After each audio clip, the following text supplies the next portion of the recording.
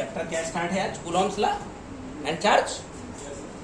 तो पहले चार्ज की कंसेप्ट वॉल्यूम 1 स्टार्ट कर रहे हैं हम लोग, वॉल्यूम 2 इज फिनिश। तो चार्ज एंड कूलॉम्स लॉ। तो सबसे पहली कंसेप्ट चार्ज की।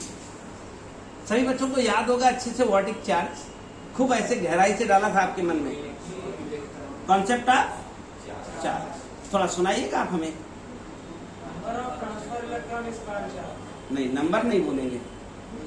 जब चार्ज की फिनोमेना समझानी होगी तो नंबर नहीं आएगा था। Transfer of electron is called. Yes, चलिए थोड़ी चर्चा करते हैं क्या होता है चार्ज। कभी सुना है आपने चार्ज के बारे में? ठीक है कि थोड़ा ऊपर थोड़ा ऊपर बताना बस ना। चलिए आप हमें बताएंगे what is charge. What is charge? Charge क्या होता है? तो आपने कहा transfer of electron is called charge. इलेक्ट्रॉनों का स्थानांतरण आवेश कहलाता है। ये पूरी बात नहीं है, आप साबित करना पड़ेगा आपको कैसे इलेक्ट्रॉनों का स्थानांतरण चार्ज होता है, बताइएगा। मुक्त इलेक्ट्रॉनों का ट्रांसफर चार्ज कहलाता है। ये भी ठीक नहीं, किसे बात करते हैं? चलो मैं बात पूरी सुनाता हूं। अच्छा आप बताइए, जैसे हमने हमेशा आपको कहा हमें बहुत प्यार है एल्यूमिनियम से, विद्यार्थी जीवन में अपने आप हो ही जाता है क्या भाई? शांत करो। जो लोग यहाँ खाना वाना बनाते हैं उनको एल्यूमिनियम से प्यार हो ही जाता है। तो एल्यूमिनियम का एटॉमिक कॉन्फ़िगरेशन कर लेता हूँ चलिए आपके लिए।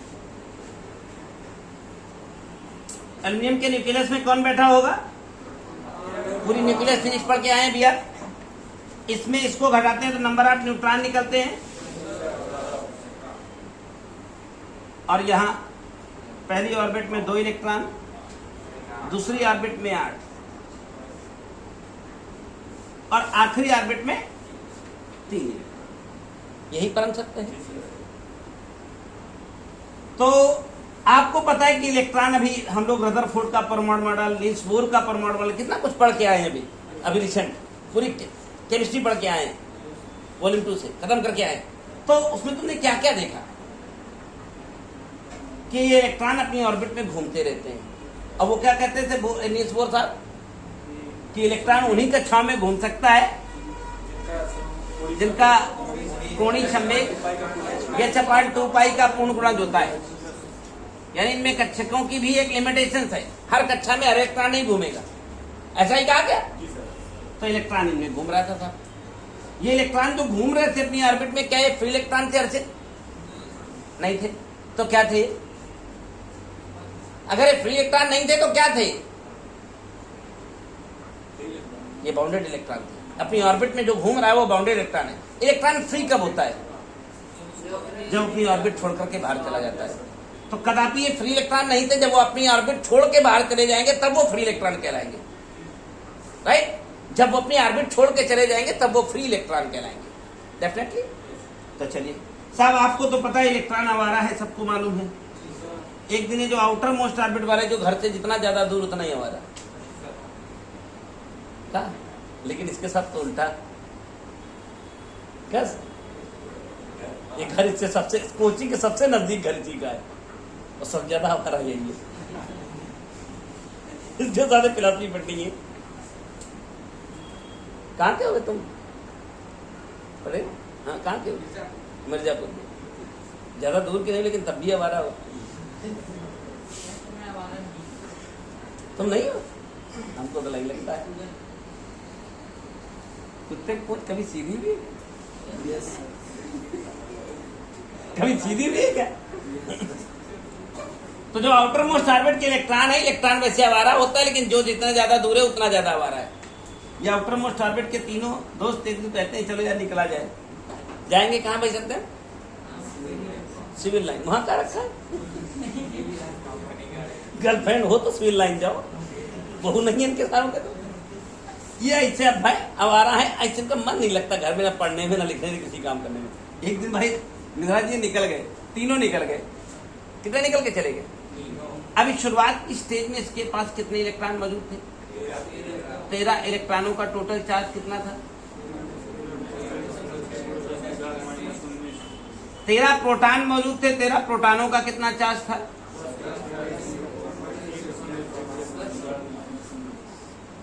सही है क्या?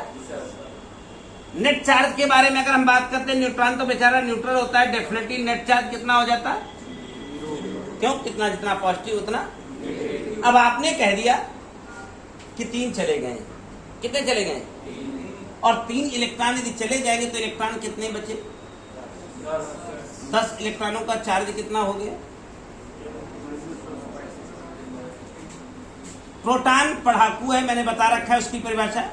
कहीं नहीं जाता, कभी नहीं जाता, सिर्फ कमरे पर रह के पढ़ाई करता है, सेल्फ स्टडी। न्यूट्रॉन आज भी न्यूट्रल है, उसको किसी चीज से कोई लेना देना नहीं। चलिए बताइए भैया, उदय बाबू चार्ज बताइए कितना होगा? प्लस का होगा क्या? तो जिस दिन इलेक्ट्रॉन अपनी मटेरियल को लीक कर देंगे उस दिन चार्ज कैसा हो जाएगा? उस दिन चार्ज कैसा हो जाएगा? लेकिन जिस दिन ये बाहर घूमने लग जाएंगे, सभी के साथ यही होता है, जो जितना बाहर घूमता है उसके उतने ज्यादा दोस्त हैं। बताओ भाई अर्चित, जो जितना बाहर घूमेगा उसके उतने दोस्त होंगे कि नहीं होंगे? अब वो दोस्त उतने घूम रहे हैं बाहर भाई साहब, तो दोस्त घूमेंगे बाहर तो दोस्त बनेंगे भी। अभी और आवारा का दोस्त आवारा ही होता है, देख लेना चाहे दुनिया में कहीं। आप जैसी प्रवृत्ति के होंगे आप वैसे ही लोगों के साथ रहना पसंद करेंगे। अच्छा बालक है अच्छे बालकों के साथ रहेगा, खराब बालक है खराब के साथ रहेगा। उसकी संगत से ही पता चल जाता है उसकी प्रवृत्ति की संगत। तो कोई साइकोलॉजिस्ट बना दे मैं तुरंत जस्टिफाई करने लग जाऊं, अभी कर लेता हूं। सकल सूरत देख करके उसकी संगत देख करके पता लग जाता है इसकी आदतें कैसी है क्या है, क्योंकि हमारा का दोस्त। तो भाई साहब एक तीनों ही घूमने गए, हिन गए थे ना।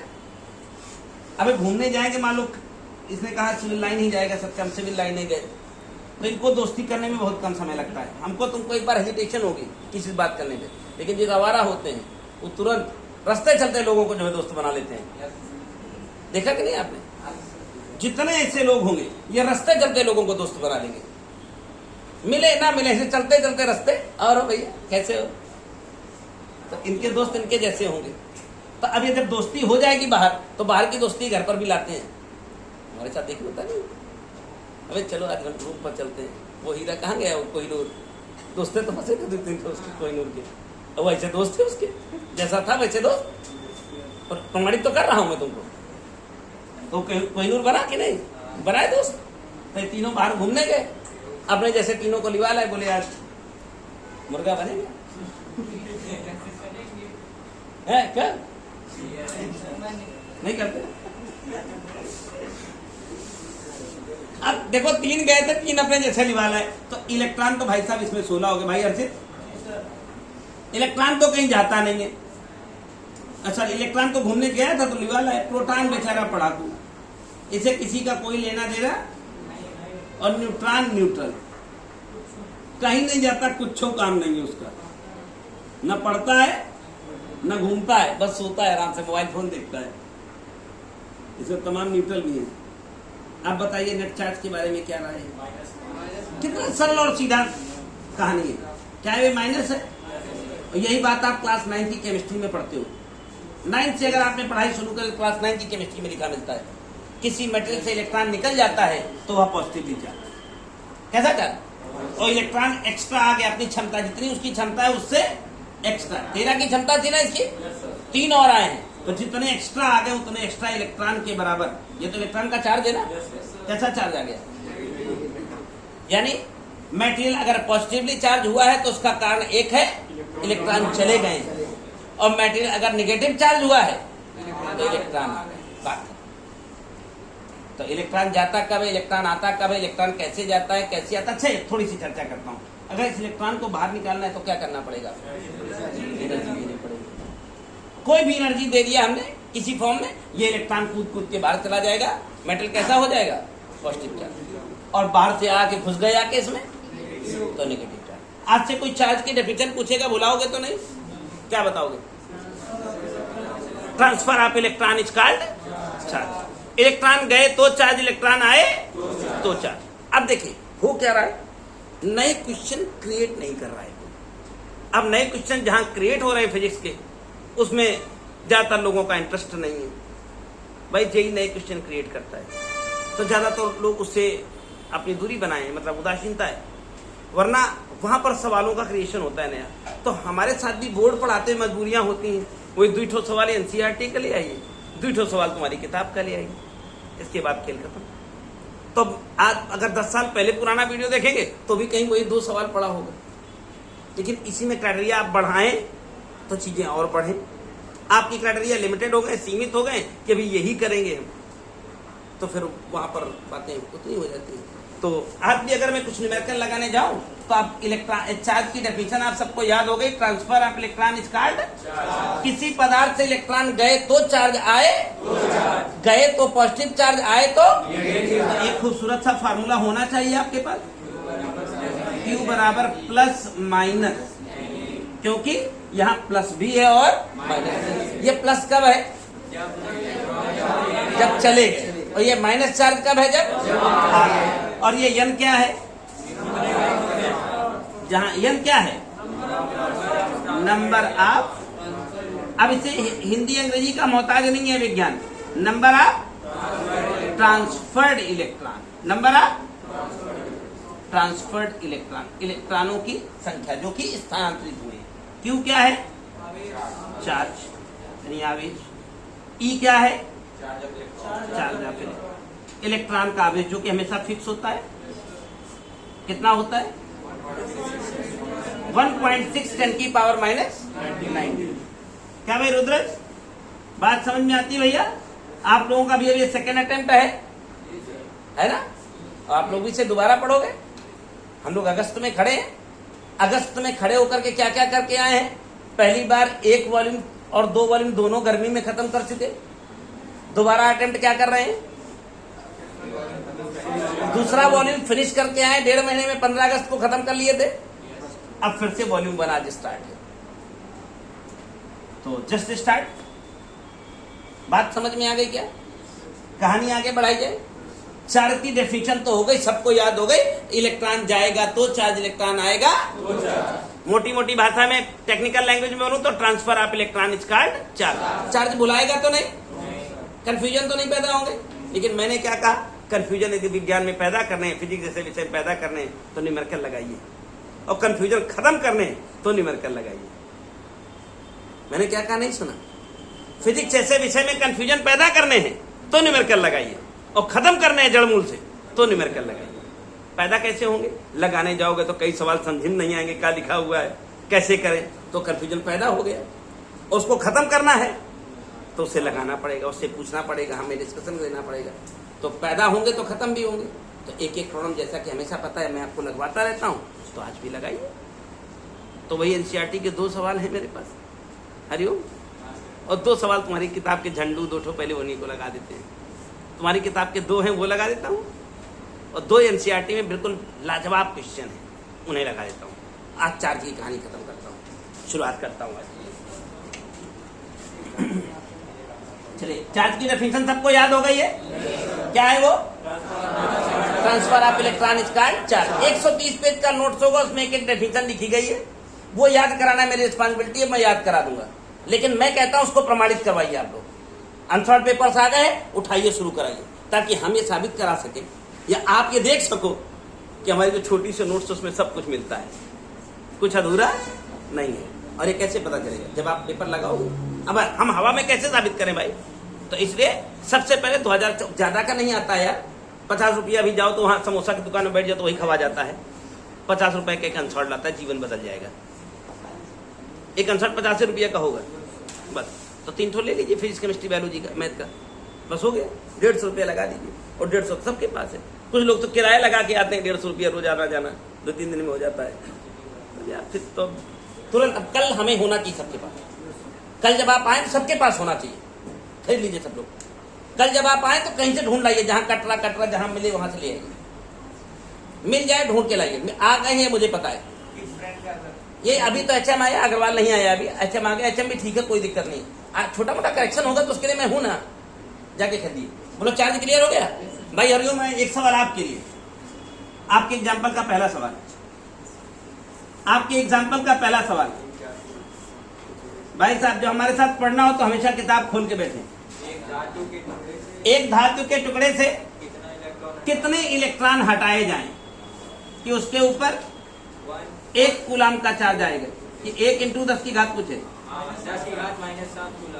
1 इंटू 10 की घात -7 कूलाम का चार्ज आ जाए। तो साहब अभी एक हेडिंग पढ़ी ही है आपने, और एक न्यूमेरिकल क्यू बराबर एन, क्यू बराबर। अब इसमें 3 आइटम है। एक तो हमें सबको पता है, क्यू देगा तो एन पूछेगा, एन देगा तो क्यू पूछेगा।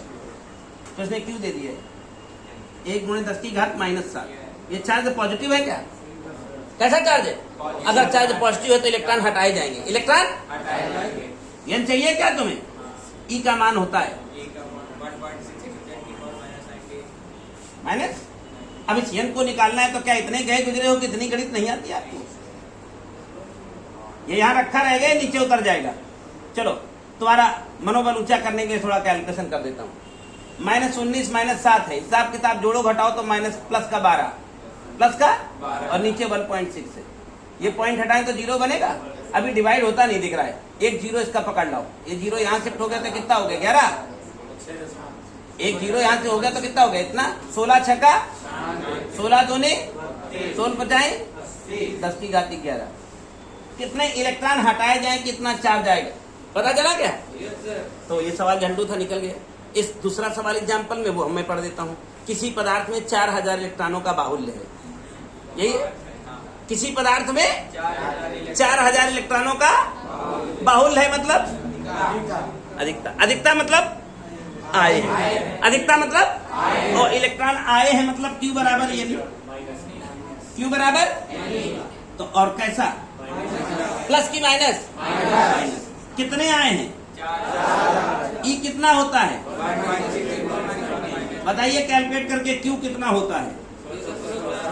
6.4, वो भी माइनस का। 3 0 उड़ा दो तो माइनस का 16 कूलाम। चार्ज का मतलब कूलाम। ये तुम्हारी किताब के 2 झंडू सवाल थे जो हो गए। लेकिन मैंने कहा किसी भी चैप्टर में अब की फेज में हमने आपसे कहा एनसीईआरटी को भी लेते चलिए। एनसीईआरटी है ना आपकी किताब में, पीछे दी रहती है, बीच में क्वेश्चन भी दिए रहते हैं, उनको भी लेकर चलने का। या आप ओरिजिनल एनसीईआरटी ले लीजिए, हालांकि कोई जरूरत नहीं है। इस किताब के जो बीच में, जहां से तुम अभी आंकिक शुरू करते थे ना, इसके पीछे सेक्शन में जहां टॉपिक पढ़ाए जाते हैं अपनी नई वाली किताब में, वहां बीच में एनसीईआरटी है। किसी के पास पुरानी किताब होगी तो एक सेक्शन ही एनसीईआरटी का होगा, वो भी साथ में पढ़ते चलना। क्योंकि वॉल्यूम 2 में ज्यादा न्यूमेरिकल का पंगा था नहीं, वही रे ऑप्टिक्स में न्यूमेरिकल था, बाकी तुमको ज्यादा न्यूमेरिकल कहीं मिला नहीं। लेकिन वॉल्यूम 1 पूरा न्यूमेरिकल ही है। टाइम भी आपको देना है 3 महीने से। क्वालिटी टाइम मतलब इस चैप्टर को, पूरे वॉल्यूम को अच्छा पढ़ना है तो बढ़िया 3 महीना, ठीक है ना। तो एनसीईआरटी के सवालों को भी कवर करने का। जब ये दोनों सेगमेंट लग जाए, एग्जाम्पल एक्सरसाइज लग जाए, तो एक दिन के लिए समय हमेशा हम आपको एनसीईआरटी का देंगे। इसकी बार उसे भी लेना है, क्योंकि अब की बार समय बचेगा। पिछली बार से गति तेज होगी, समय बचा रहेगा, तो उनको भी लेना है, ठीक है ना। चलो आगे बढ़ो। अब आपको एनसीईआरटी का 2 सवाल जो हमेशा बताता रहता हूं मैं, उसमें से एक क्या है तुम्हें याद है क्या? How many positive and negative charge in 1 cup of water. 1 cup पानी में कितना पॉजिटिव है, कितना? और एक और दूसरा वाला कौन सा? 2 ही सवाल एनसीईआरटी में है ना। उसमें कहा था एक पदार्थ से दूसरे पदार्थ में 10 की घात 9 इलेक्ट्रॉन पर सेकेंड, 10 की घात 9 इलेक्ट्रॉन पर सेकेंड ट्रांसफर हो रहे हैं। तो बताइए 1 कूलाम का आवेश आने में कितना समय लगेगा?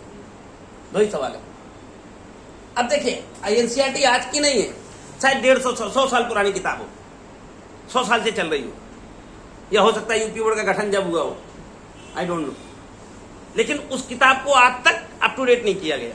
हाँ, क्या किया? काटा गया है, छांटा गया है, हटाया गया है, लेकिन बढ़ाया नहीं गया एनसीईआरटी में।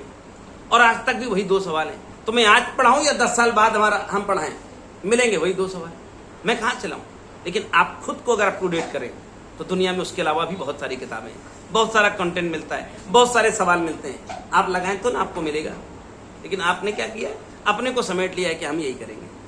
कोई बात नहीं, हमें खुश हो, हमारा काम कम हो जाएगा।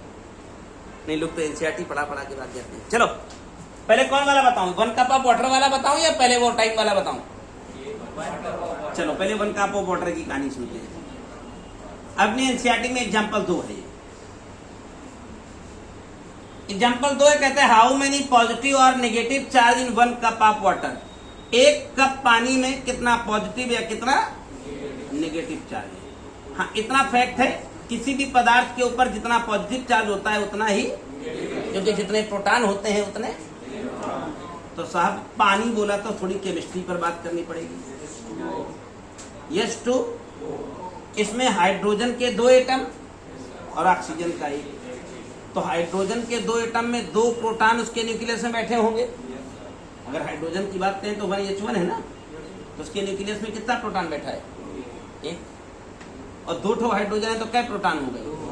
2 प्रोटॉन ऑक्सीजन के हो गए, हाइड्रोजन के, और 8 प्रोटॉन। इतना पढ़े लिखे होगी नहीं? 8 प्रोटॉन ऑक्सीजन के, यानी न्यूक्लियस में बैठे होने वाले जो टोटल पॉजिटिव चार्ज की बात करूं वो किसके बराबर होगा? 10 प्रोटॉन का। और सबको पता है जितने प्रोटॉन होते हैं उतने ही, तो जितना पॉजिटिव चार्ज होगा उतना, तो जो Q होगा वो यानी Q बराबर, तो प्लस माइनस 10 E। अगर मैं न्यूक्लियस की बात करूंगा तो इतना पॉजिटिव चार्ज बैठा होगा, और अगर मैं ऑर्बिट के बाहर इलेक्ट्रॉनों की बात करूंगा तो इतना ही। लेकिन ये कितने का है? 1 परमाणु का, 1 परमाणु का। ये जो चार्ज आपका आ गया है कितना, ये आपका आंसर नहीं है, ये बात चली है सिर्फ 1 परमाणु की। हर्षित, अगर पानी का 1 परमाणु हो, परमाणु समझते हैं कि नहीं? कितना बड़ा होता है? दिखता नहीं, फिर भी अंदाजा बताइए कितना बड़ा होता होगा। ये कह रहा है 1 बिंदु के बराबर। मिट्टी का कण जो तुमको धूल में दिखता है वो भी 1 परमाणु नहीं है, वो 1 अणु है। धूप कभी कभी छेद आता हुआ रोशनी देखिए, किसी रोशनी से छेद से आती हुई रोशनी, उसमें डस्ट पार्टिकल दिखते रहते हैं आपको, वो भी परमाणु नहीं है, वो अणु है। अब संस्कृत को श्लोक मुझे भूल गया, कक्षा 6 में पढ़ता था, हमारे सर ने सुनाया था परमाणु की परिभाषा के लिए, तो उसका तथ्य याद है मुझे। वो जो तुम रोशनी में देख पाते हो डस्ट पार्टिकल उड़ता हुआ, उसको अगर हाथ में ले लो तो हाथ में दिखाई देना बंद हो जाएगा। वो सिर्फ कब दिखाई दे रहा है? यहाँ मौजूद है लेकिन दिखाई, लेकिन एक छेद से रोशनी आती रहे तो बढ़िया दिखने लगे उड़ते हुए। उनको ऐसे लपेट लो हाथ में से, देखो नहीं दिखाई देगी, वो दिखाई, लेकिन उनमें से कोई एक पकड़िएगा, माइक्रोस्कोप में लगाइएगा और उसके कितने भाग करिएगा? 60 भाग। कितने भाग?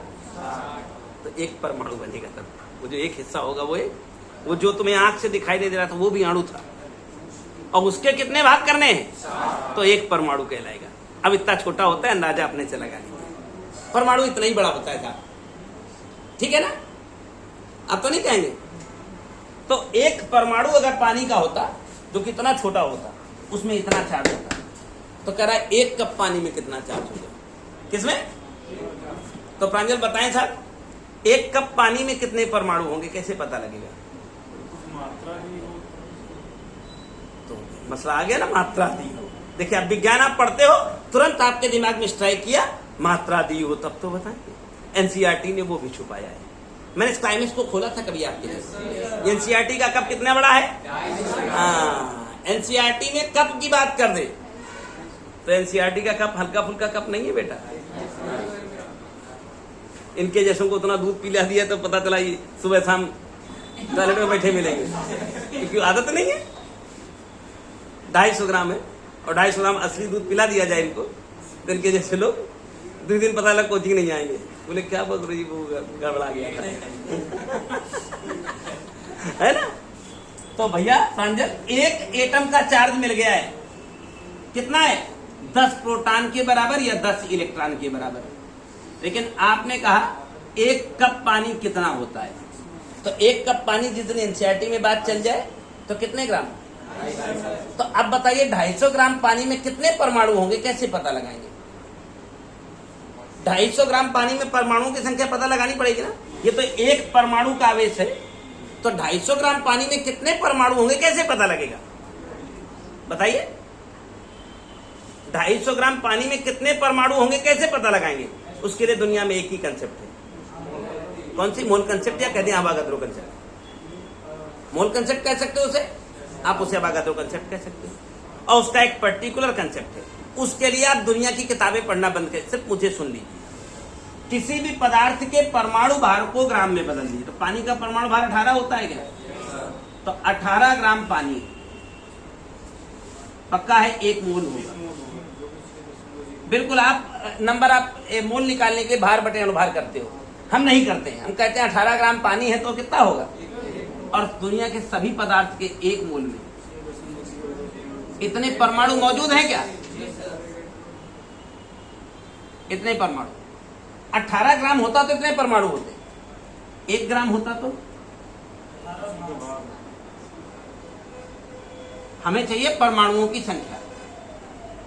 लेकिन आपके एनसीईआरटी का कप कितने ग्राम का है? 250 ग्राम का। तो 250 ग्राम में परमाणु मिल गए क्या? 7 परमाणुओं की संख्या मिल गई, और एक परमाणु पर इतना चार्ज था, तो इतने परमाणुओं पर कितना चार्ज होगा पता लगाने के लिए सामान्य गणित का इस्तेमाल करना है, गुणा करना। एक परमाणु पर इतना ना चार्ज है, तो इतने परमाणु पर कितना चार्ज होगा पता करने के लिए क्या करना पड़ेगा? गुणा के अलावा गणित में कुछ और आएगा क्या यहाँ पर? जाओ इसको गुणा कर लेना, इसको हल कर लेना, इसे कैलकुलेशन के बाद आंसर बता देना कितना होगा। आप लिखो कि हल करके दिखा दूं बात नहीं। अगर आपको कहीं लगता हो कोई संशय है तो हल कर सकता हूँ। 23 में 19 घात निकल जाएगी, 4 घात, इनको गुणा करके 18 से भाग दे लेंगे। बहुत ज्यादा टेंशन दे रहा होगा कोई तो ऐसे कर देंगे, 3 छंग 18, क्षेत्र का 18 नहीं कर लेंगे। ज्यादा टेंशन दे रहा हो तो अप्रोक्सीमेट कर लेंगे। ये सवाल भाई हरिओम समझ में आया कि नहीं? एक एटम जो पानी है उसके पास इतना चार्ज कहां से आया? पानी कौन है? H2O। पानी कौन है? H2O अगर वाटर है तो इसके न्यूक्लियस में 2 प्रोटॉन हाइड्रोजन के और 8 प्रोटॉन, और जितने प्रोटॉन होंगे उतने, तो न्यूक्लियस में इतना पॉजिटिव चार्ज। ये किसका? एक एटम का। लेकिन सारा खेल है 250 ग्राम पानी में कितने एटम। तो ये एटम निकालने के लिए ये पूरी फिजिक्स में आता रहता है, आपको पता है।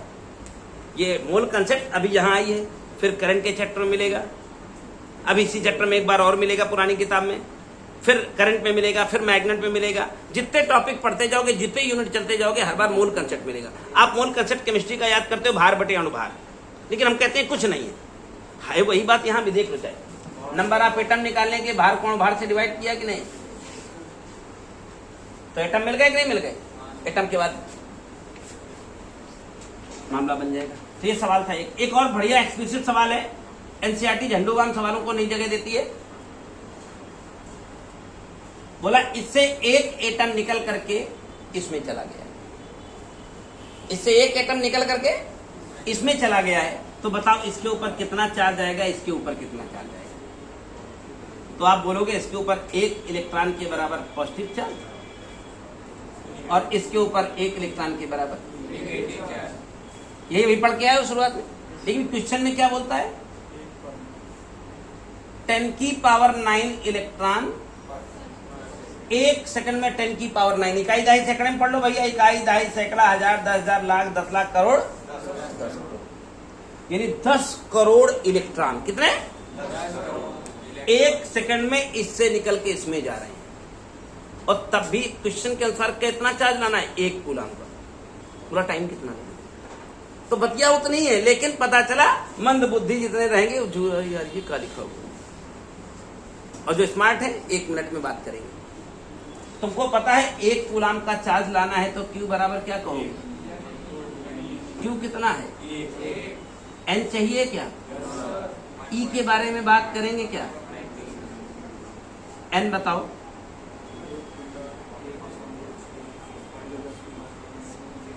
कैलकुलेशन कराओ, आंसर पाओ 6.25 10⁻80।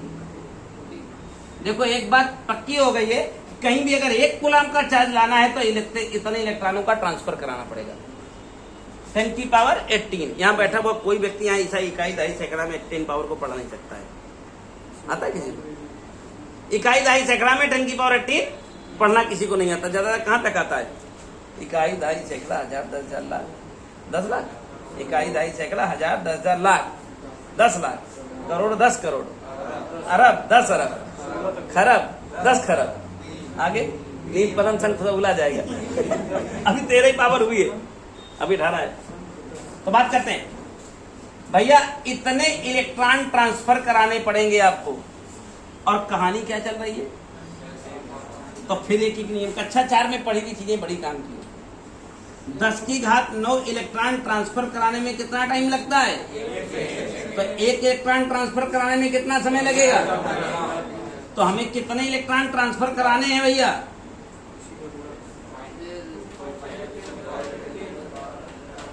6.25 10 की पावर। कैलकुलेट किया तो ये टाइम सेकंड में आएगा राजा। ये टाइम हम कहते हैं हमारा ये आंसर है, लेकिन एनसीईआरटी नहीं मानती है। कहते पहले देख लो टाइम सेकंड को मिनट, मिनट के घंटे, घंटे के दिन, दिन के साल। जब बना करके कैलकुलेट करते हैं तो ये 199.7 यानी कितना लग जाएगा? 260। अब इस कैलकुलेशन, इसके न्यूमेरिकल पर मत जाइए, इस पर जो कहना चाहता है एनसीईआरटी का राइटर उस पर जाइए। क्या कहना चाहता है सुनिए। देखिए चार्ज, ये इसका मर्म क्या है पहले सुनिएगा। चार्ज सिर्फ कितना लाना था? 1 कूलम। और आपको पता है चार्ज आने का केवल एक ही कारण है, ट्रांसफर आते। और जबकि आप कितने इलेक्ट्रॉन ट्रांसफर करा दे रहे हो? 10 करोड़। 10 और कितनी देर में? 1 सेकंड में 10 करोड़ इलेक्ट्रॉन भेज रहे हो। और तब भी तुमको सिर्फ 1 कूलम का चार्ज लाने के लिए 200 साल, मतलब 7 पीढ़ियां। जैसे गर्लफ्रेंड बना ले तो कहते हैं 7 जन्मों तक तेरी ही रहूंगी। भाई साहब 7 जन्मों तक तुम दोनों, तुम और तुम्हारी गर्लफ्रेंड दोनों मिल करके 10 करोड़ इलेक्ट्रॉन इससे निकाल के इसमें भेजते रहेंगे, तब भी 7 जन्म लग जाएंगे 1 कूलम का चार्ज लाने में। अर्षित हंस रहा है, सोच रहा है करवाएंगे क्या नारदेव? 7 जन्म सिर्फ कोई काम नहीं करना, दिन रात बैठ करके 10 करोड़ इलेक्ट्रॉन इससे निकाल के इसमें भेजने, तब भी 1 कूलम का चार्ज लाने में कितना टाइम लग जाएगा? 7 जन्म तुम्हारे पूरे इलेक्ट्रॉन ट्रांसफर करते बीत जाएंगे। कहना ये चाहता था। आप उसको पकड़ो, आप समझ रहे नहीं पहले इस बात को। वही सवाल के बहाने क्या सुनाना चाहता है तुमको? बोले अभी कमा लेंगे तो 7 पीढ़ियां बैठ के खाएंगी, इतना कमा लिए फलाने। बार बार 7वीं पीढ़ी का आता है हर जगह। 7 जन्म 7 पीढ़ी, 7 पीढ़ी समझो कैसे? कैसे 200 साल में 7 पीढ़ी? बताइए। आप अपने घर में 3rd जनरेशन है। आपके बाबा जिंदा होंगे अभी डेफिनेटली, आपके पिताजी होंगे और आप हैं। आपके बाबा करीब करीब पहुंच रहे होंगे 70 साल के आसपास। आपके पिताजी होंगे करीब करीब 45-50 के बीच में। आप हो गए 16-17 के। तो 70 साल में 3 पीढ़ी है। एवरेज में 25 से 30 साल की एक जनरेशन मानी जाती है। 30-3 90। अगर बाबा 90 साल तक जी जाए तो 30-3 90, आप भी 30 साल के हो जाओगे। बाबा 90 साल तक जी जाए तो आप भी 30 साल के हो जाओगे। तो 90 मतलब हर 30 साल में एक पीढ़ी होती है। हाँ, प्रैक्टिकली 30 साल में एक जनरेशन। तो 200 साल में 7 जनरेशन हो गई कि नहीं हो गई? 7 पीढ़ी का मामला है। आप विज्ञान समझे इसी की माने। तो क्या चीजें बनी आपने समझा? आज के लेक्चर में क्या क्या था? इलेक्ट्रॉन जाएगा तो चार्ज आएगा, जाएगा तो पॉजिटिव चार्ज, आएगा तो एक सुंदर सा सूत्र मिलेगा, Q बराबर प्लस माइनस। एनसीईआरटी के 2 सवालों को छोड़ना नहीं, घर जाके दोबारा लगाना। एक्सरसाइज में 7 सवाल है, वो भी लगाना। एग्जाम्पल में 2 सवाल है, 7 2 9 2 11 सवाल का आज होमवर्क है। आज इतना करे, कल पूरा कूलम निपटा देंगे। ठीक है, चलने दे, धीरे धीरे रेस पकड़ने दे। जो आपकी आदत हो जाएगी और तूफानी सेमिनार मार के, नहीं समझे? तुमको बैल बना दूंगा अगले 3-2 महीना, क्योंकि 1-2 महीना पढ़ाई है। और क्या फिर, क्योंकि दशहरे के गए दिवाली में आओगे, और दिवाली के कुछ लोग अभी सारा रक्षाबंधन 5 दिन छुट्टी दिए थे, अब वो नहीं आए बेसरा में। कहाँ पा गए हो 5 दिन? अब वो नहीं आए, देख लो कितने बेशरा में लोग। तो इनको तो बस को लतियाने का मन करता है और कुछ नहीं।